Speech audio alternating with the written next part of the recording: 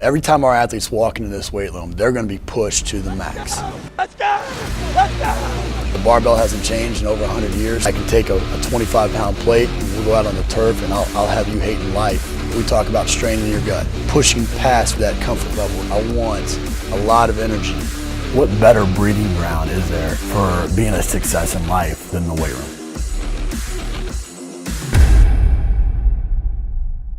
Hey guys, welcome back to Iron Game Chalk Talk. I'm your host, Rob McKeefery, and this is episode number 248. You believe that, Stu? 248 episodes, man. That's impressive. I want to thank you guys for listening each week. Really appreciate those of you that like, share, comment. Just helps me continue to highlight the great people that we have in the profession.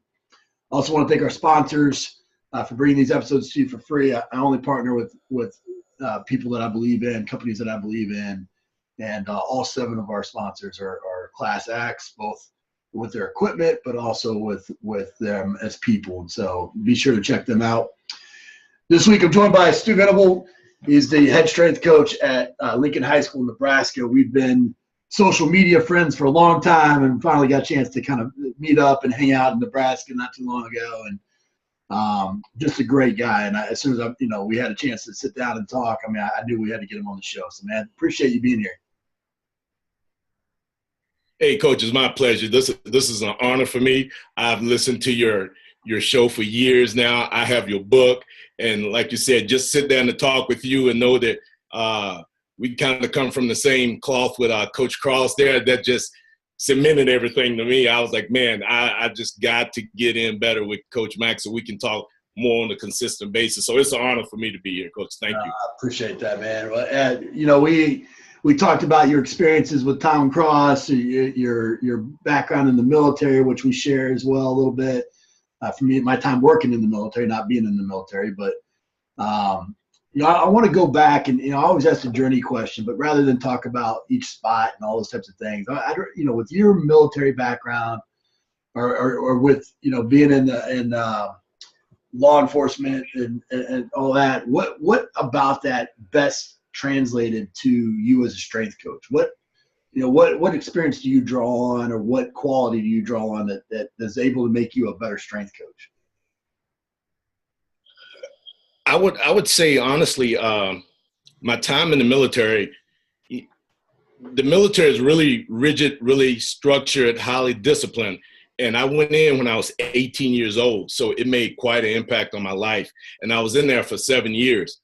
So once I ended my term in service in the military, and then I started working for the Federal Bureau of Prisons, then that's a paramilitary unit as well, which is 90% of the staff are former military people. So you still have that military mindset, so to speak. I know you know what I'm talking about. So it's still to this day, it has a lot to do with the way I coach. I know some people go, you got the bald head, you got the beard going, the yelling, but it really honed me as being such a young man. It kind of shaped my life to end up being the man I am, and helped me being the coach that I am. Because if you've seen, like you said, some of my Instagram posts, you see I am very militaristic with the way I give exercises and cues, or give commands when I'm teaching kids how to learn exercises or doing speed work or change of direction, what have you.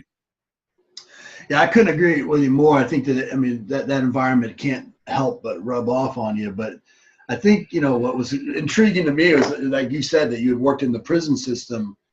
And I did a missions trip when I was in college where we went out, we worked with the Guardian Angels out in Denver, Colorado at 5 Points. And it was, during the time that there had been some riots and some Guardian Angels, there was some back and forth and friction there and all that. And I was, that young and dumb, right? I was like, all right, let's go, Yeah.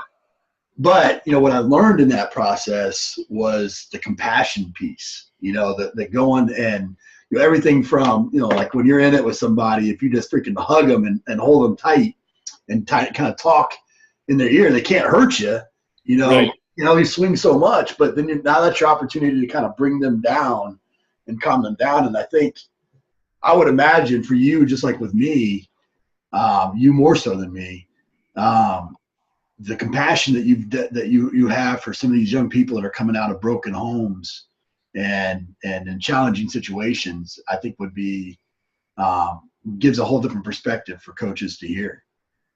Well, and I think so. It's interesting you said that, because I was just having a conversation with my principal, and he said, you know, right or wrong, fair or not, he says, Stu, you have an advantage with some of these kids that I don't have. And you and I talked about that when we were riding together, that, you know, coming up from the South, being raised poor, being raised with a single parent, is certain things that you learn or that you go through. So it helps you. You can understand some of the stuff that these kids go through. And I know I just said that very disciplined, very rigid, and that's true. But just like Coach Martinez said, Tom Brady's coach, remember in the book Talent Code, he wrote, you know, I give them whipped cream or I give them shit. If a kid's had too much shit in their life, then I sweeten it up. I give them whipped cream. If a kid their whole life is, you know, they've been coddled and entitled and had a whole lot of whipped cream, then I'm going to stir in a little shit.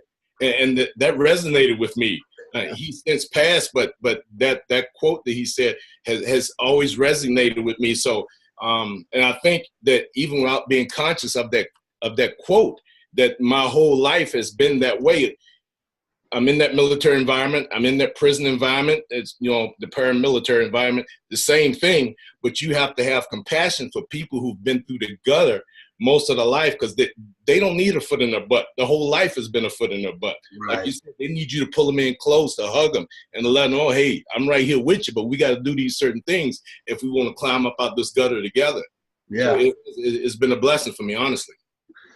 Yeah, and what, you know, accountability and holding somebody to reach something that they think that they is unachievable is a form of compassion. You know, Absolutely. And, Absolutely. I think people forget that sometimes, where you want to almost treat a situation with knit gloves, and it's like, no, you don't have to lower the expectation.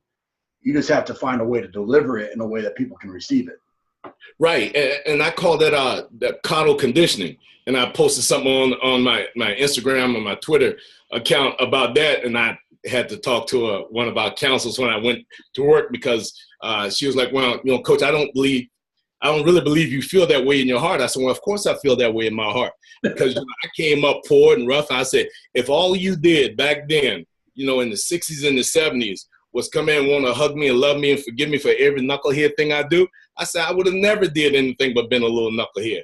But it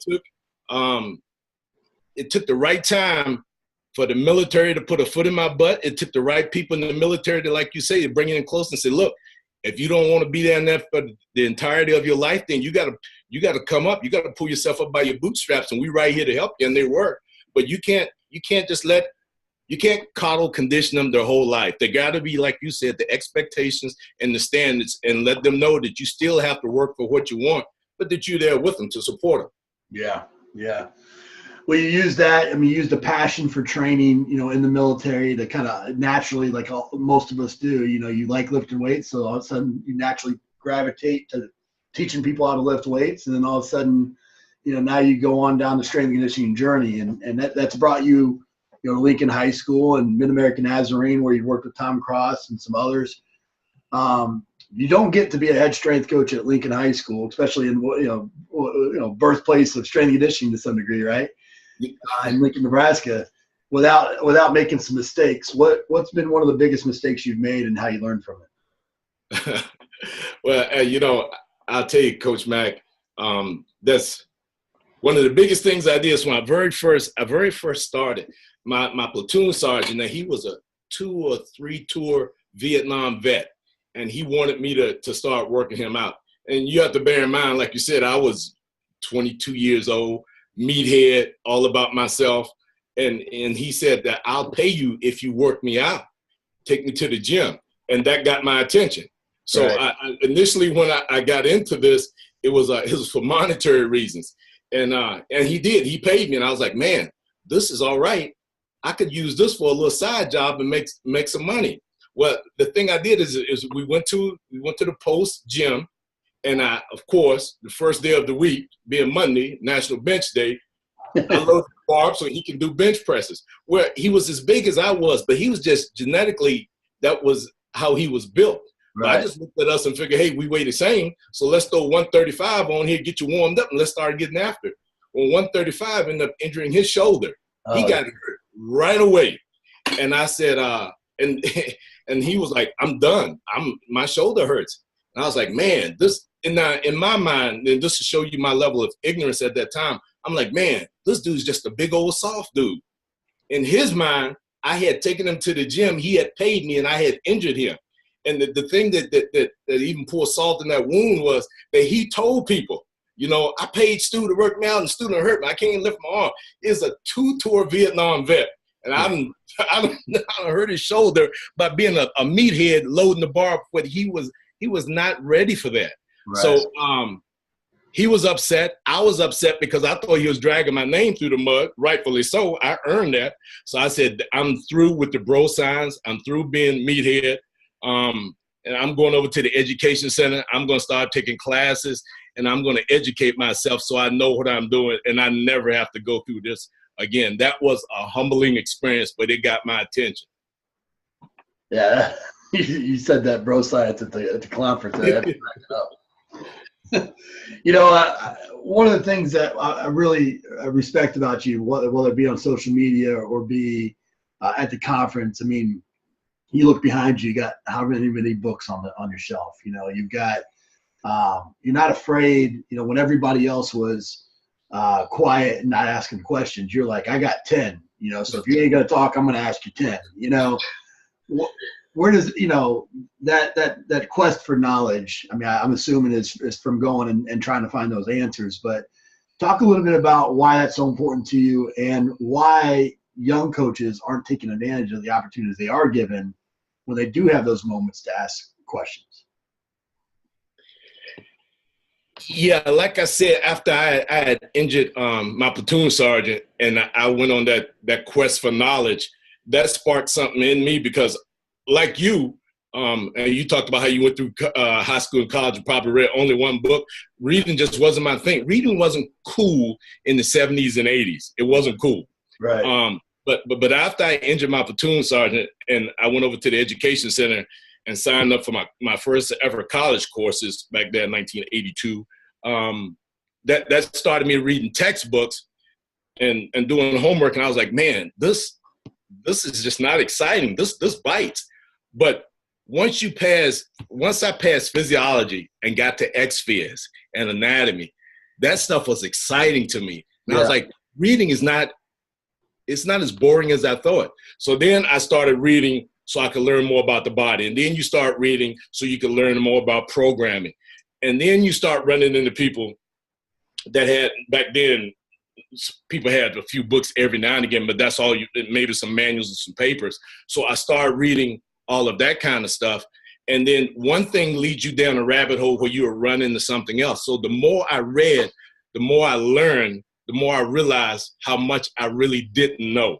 So it's like I have this unquenchable thirst for knowledge that I can't fill that cup. But I've been that young coach sitting at the conference and some things on your mind, but you don't know exactly how to say it without looking stupid. And you don't want to put yourself out there so everybody turn around and look at you and make you feel stupid. So you just kind of sit there and hope maybe somebody else will ask it, and then I'll get the answer, or I'll wait till that presenter is done, and then I'll catch them in the hallway, or wait till they go to the bathroom. I'll wait outside the hallway at the bathroom when they come out and be, hey, coach, I got that question. And over time, you know, once you've been in the field a while and you get some experience, you realize that's not the way to go because it's so many other people sitting in the room with that same question as you. And they want to know the answer too. So if none of us ask it, we'll never get the answers. And the presenters, you know, authors like yourself, people with DVDs, people with books, people that present, they want people to ask them questions. They like having discussions about stuff. Yeah.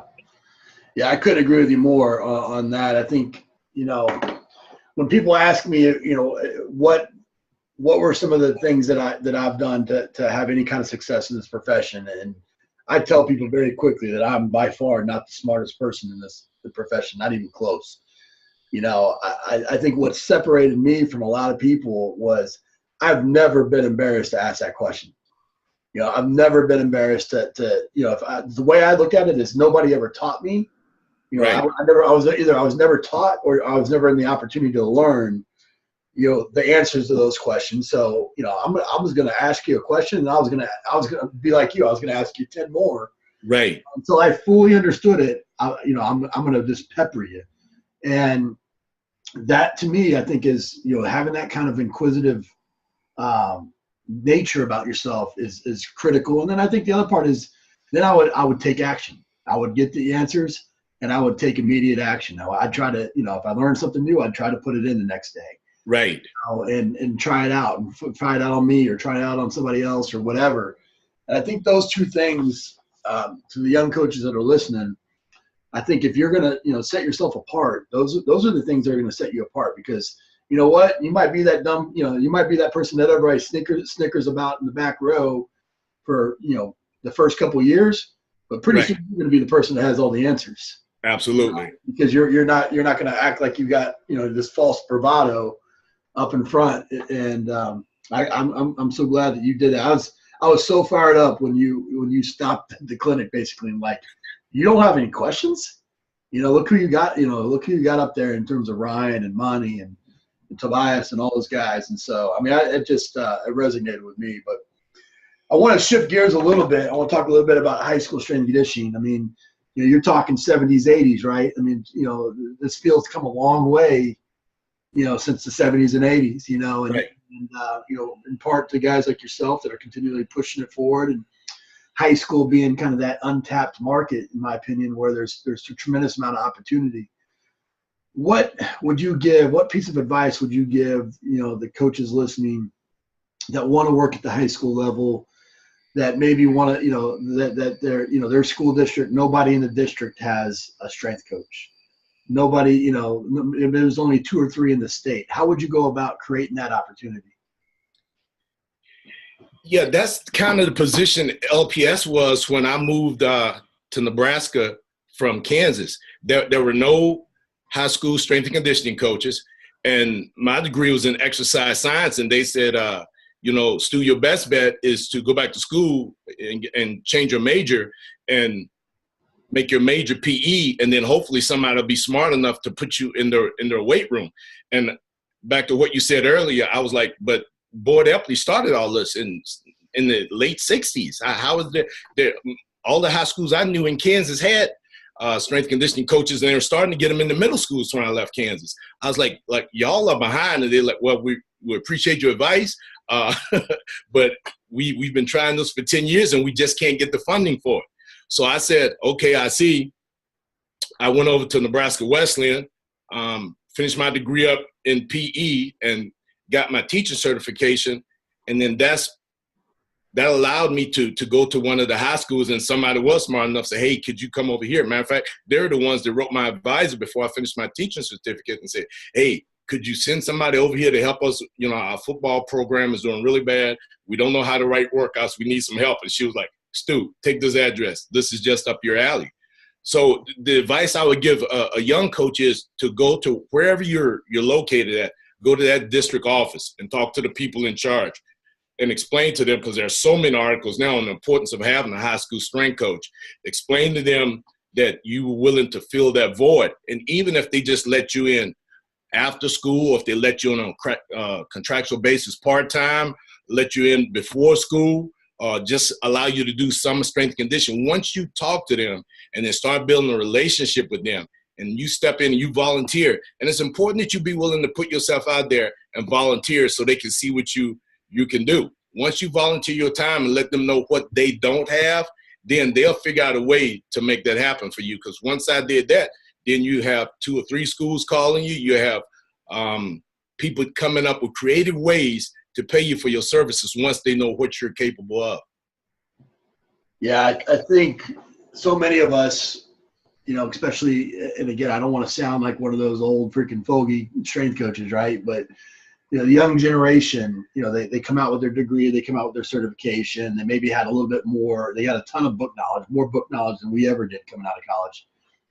And to some degree, some of them are coming out with a lot of practical experience as well. You know, there's much better jobs by some of these programs getting them into practical situations. But they've got to, you know, just because you've got a degree and a certification doesn't mean that you're entitled to a position, you know, and you have to go out, and this profession was formed from in a time where they thought it was bad to lift weights. And there was people like Boyd and others that were like, hey, look, this is a job. This is a career.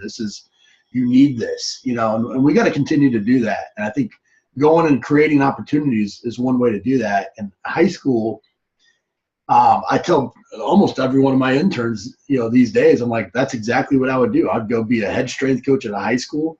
I would go be a teacher. You know, that's going to fund me. That's going to subsidize my experience until they decide, you know, hey, we've got enough funds to create a strength and conditioning coach position. But, you know, you got summers off. You can go do summer internships with programs to continue to learn.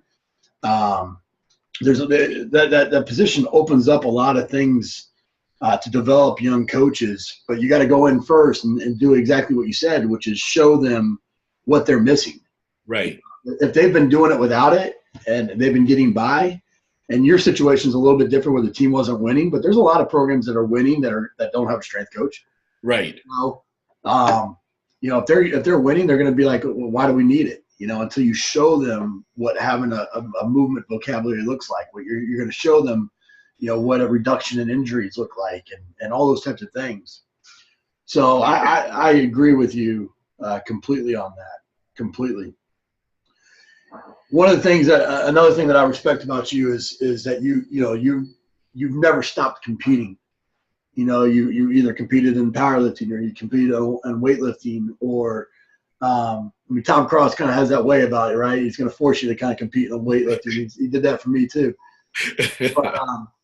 But you know, you found it important to maintain kind of being a student on yourself throughout, and continuing to put yourself in positions where you're having to challenge yourself. Talk a little bit about the importance of a coach continuing to find that competitive spirit.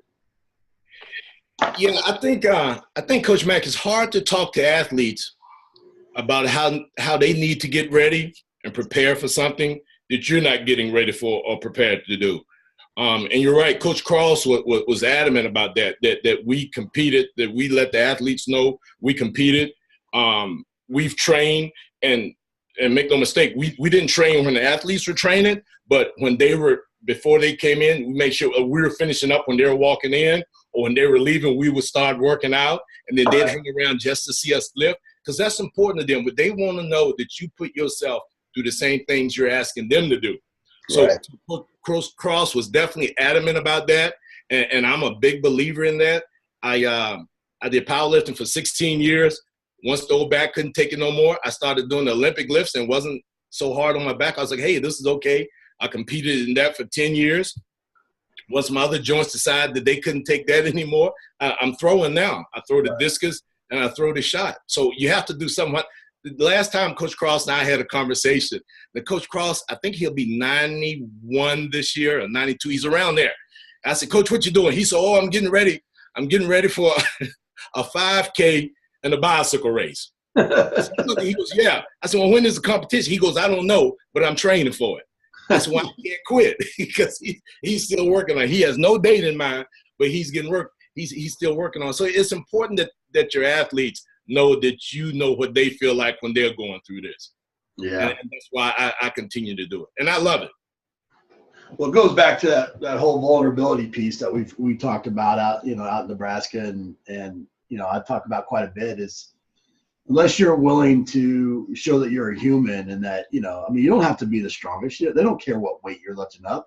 Those athletes, if they watch you training, as long as you're giving an effort and you're working towards something, they want to support you in your goal every bit as much. And again, I think too many times, you know, especially when I go to these clinics that we run and we have these practical sessions, and nobody's willing to get out there in front of their peers and demonstrate or be a part of it. I mean, we all know that learn by doing is one of the best forms of learning, period. But yet we got a bunch of people that want to be wallflowers and stand on the back of, you know, and not do anything. And it's, you know, how can we ask our athletes to be vulnerable in front of their peers if we're not willing to do that ourselves, you know?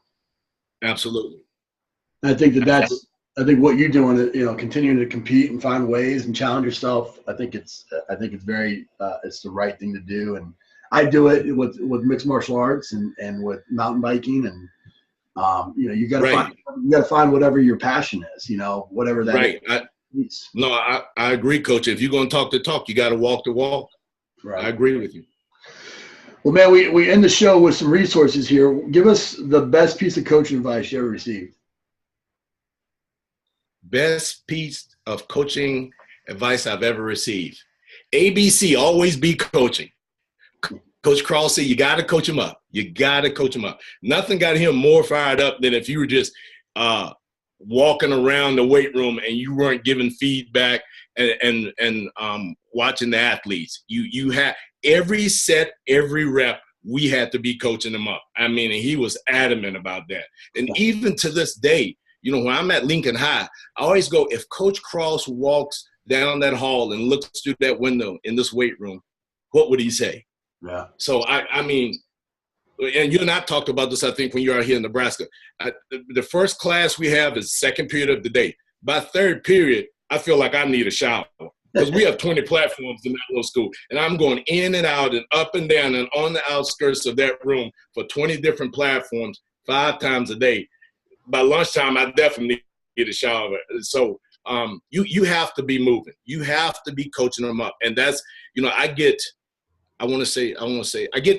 somewhat irritated when other people, they want to be more involved in the weight room or they want to teach a weight training class, but that means let me hand out a workout and sit at the desk. I'm like, well, you're really not coaching them. You're just a weight room supervisor.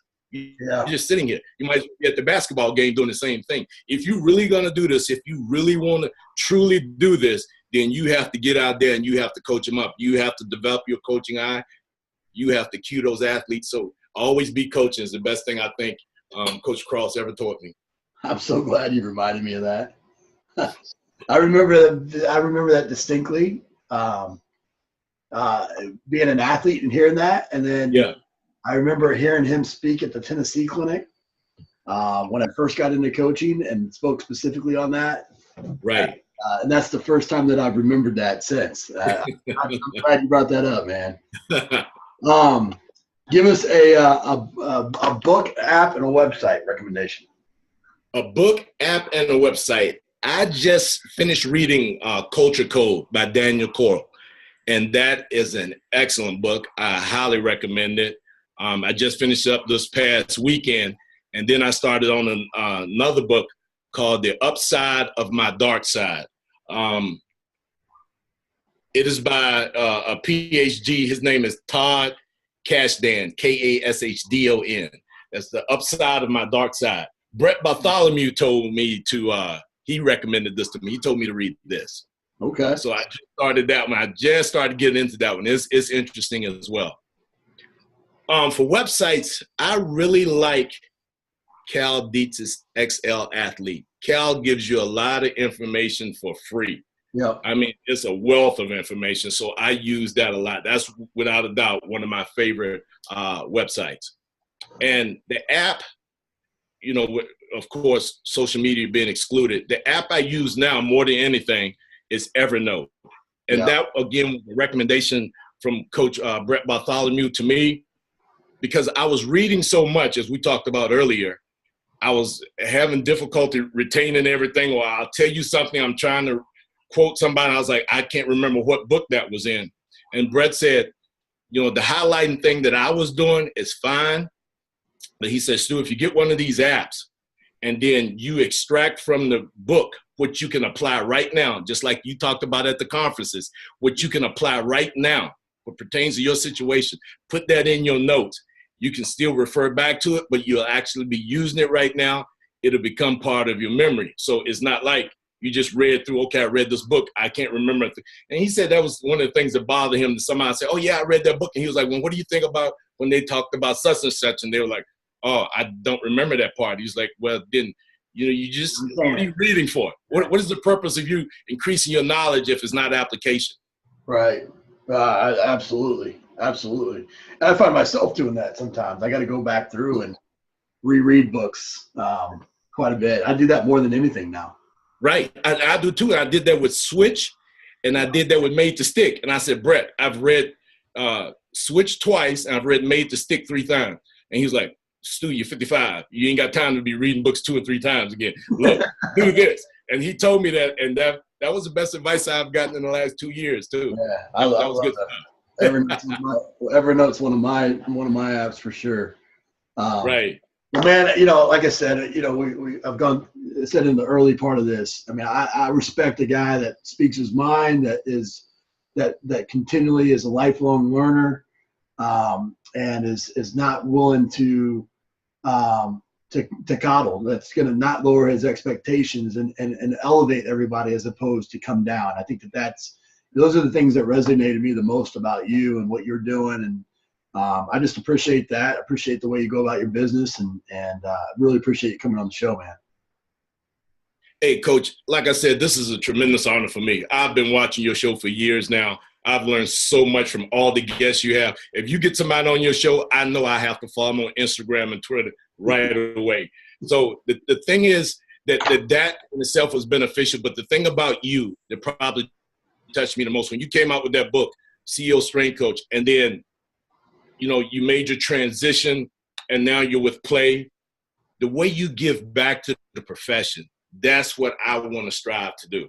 That to me, I mean, if I had to put somebody up right now as my role model, it would be you, because you've shown how you can be in the trenches, how you can do your tenure as a strength and conditioning coach at the highest levels, but you can still make a transition and do something else, but still stay very active in the field. Because I was always, I don't want to retire and be an administrator. I have no desire to be an administrator. I have desire to be right here where I'm at.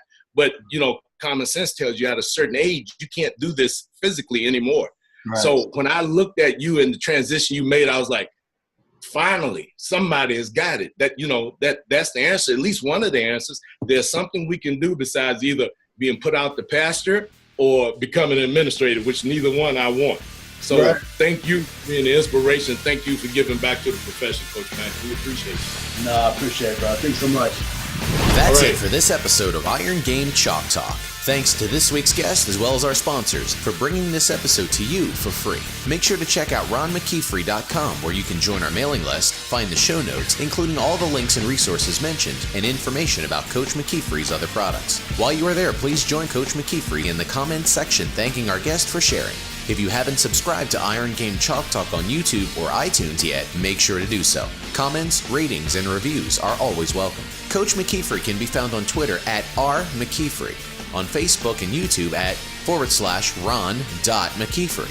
That's it for this week. Be sure to check back next week for another great episode of Iron Game Chalk Talk.